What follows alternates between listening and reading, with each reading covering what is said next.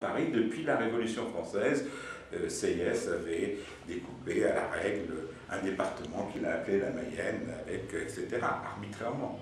C'était inventé par les révolutionnaires. Exactement. Ouais. Ça a été imposé, inventé, construit par les révolutionnaires. Comme la Vendée d'ailleurs. Comme la Vendée. Mais alors, c'est la même chose que j'ai retrouvé ici. C'est-à-dire qu'il y a une rivière, bien sûr, ça, mais les rivières, ça peut être à la fois une frontière, mais ça peut être un pont. Moi, je suis très heureux qu'il y ait un pont, même s'il est en bois. Oui, c'est super. C'est-à-dire on a besoin de ponts, oui, plusieurs ponts. Entre la Bretagne et puis l'Irlande, je ne dirais pas l'Angleterre pour des raisons personnelles, mais, et la Cornouaille, il y a la Manche, mais ce n'est pas une frontière.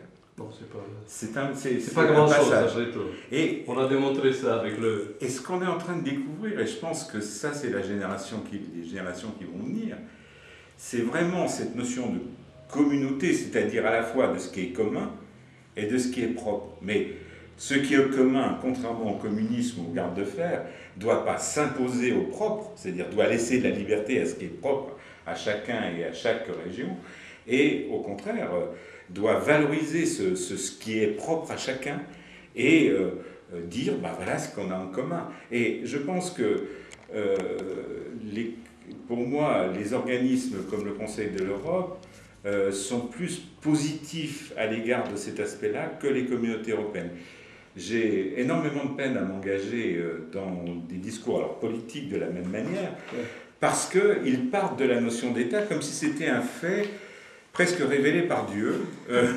Éternel. En tout cas. Et je rappellerai quelque chose qui est quand même que peu de gens sachent, c'est que celui qui a tenu les discours, qui a écrit les discours sur l'Europe, ceux qui ont été repris par Monnet, Schuman, De Gasperi, etc., c'est Kojève. Et Kojève était le grand spécialiste de Hegel. Et il y a une espèce d'ironie à voir que ce type qui était le spécialiste de Hegel en France, qui enseignait Hegel en France, a été celui qui a créé cette notion de communauté, qui est l'inverse de l'État. Et pour moi, c'est important que j'aime bien aller en Ukraine, simplement passer le pont. C'est pas aller en Ukraine pour aller en Ukraine, c'est passer le pont pour dire de l'autre côté, il y a du commun. Il y a quelque chose qui est commun à cette partie ici. Je sens plus la frontière quand je suis à Slatina, ou ça s'appelle autrement en ukrainien, mais je suis à la fois dans quelque chose qui est identique et quelque chose qui est différent. Et cette chose-là me paraît extraordinaire à vivre, parce qu'on se rend compte, ça approfondit la culture locale, et ça permet de s'ouvrir à la culture des autres, avec ce qui est différent, ce qui s'est construit différent depuis la séparation. D'ailleurs, là, on a, et ici aussi, on a une expérience de vivre ensemble presque millénaire, ou tout à fait. Plus que millénaire. Donc les frontières ne sont pas vraiment une belle invention.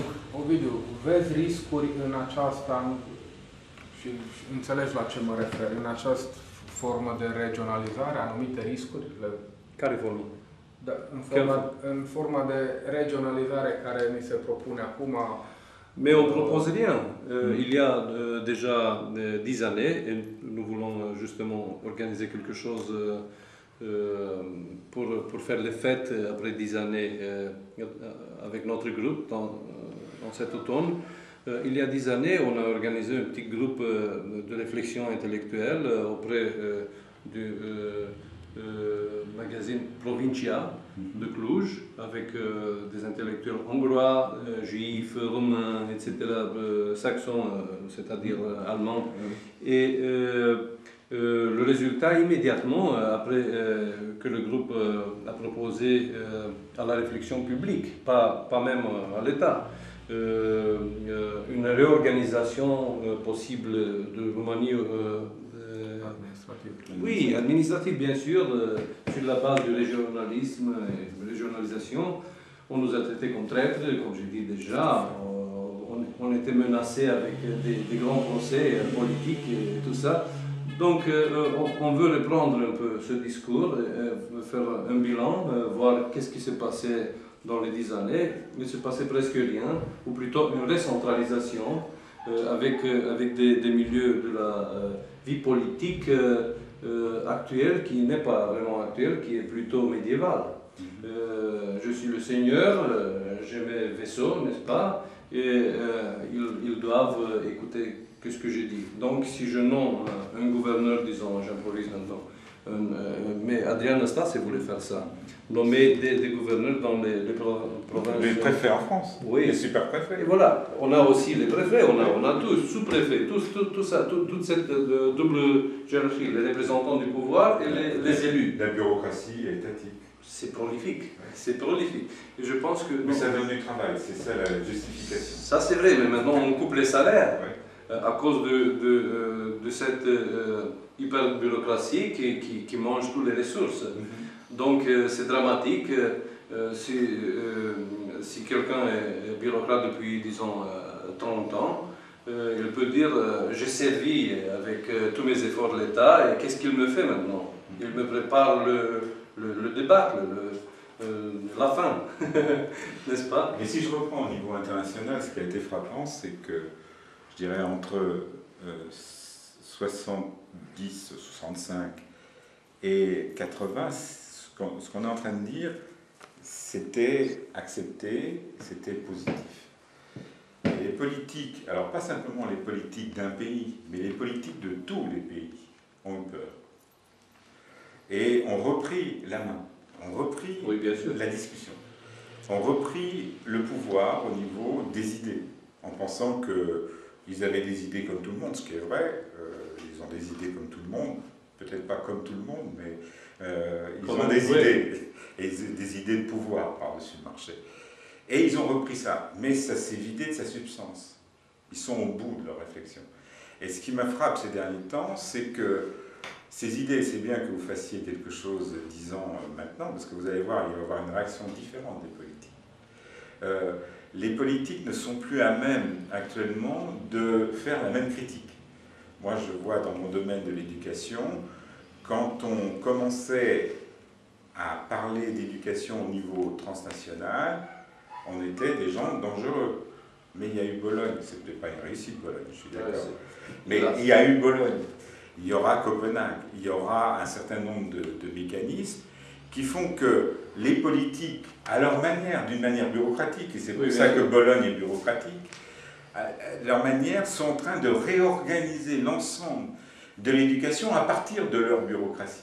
Hein, je suis sûr que vous n'ignorez pas ça, que les bureaucrates de Roumanie ont interprété et continuent à interpréter la régionalisation dans des termes,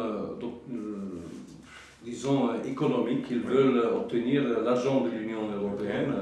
Donc, ils sont prêts à réorganiser tout sans faire rien, en effet, mais seulement pour prendre de l'arbre communautaire l'argent qu'ils ont besoin. Donc, c'est dramatique un peu parce que... Donc, s-a discutat, cum să zic, un pic avatarurile acestei tematici a autonomiei, regionalizării aici, în regiunea noastră și de manieră mai globală în țară.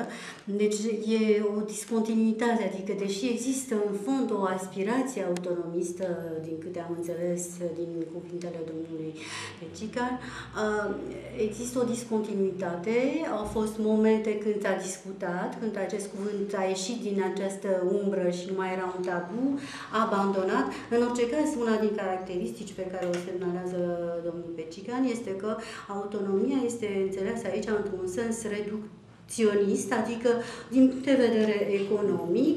Un cuvânt cheie, periculos, care poate fi utilizat între anumite frontiere.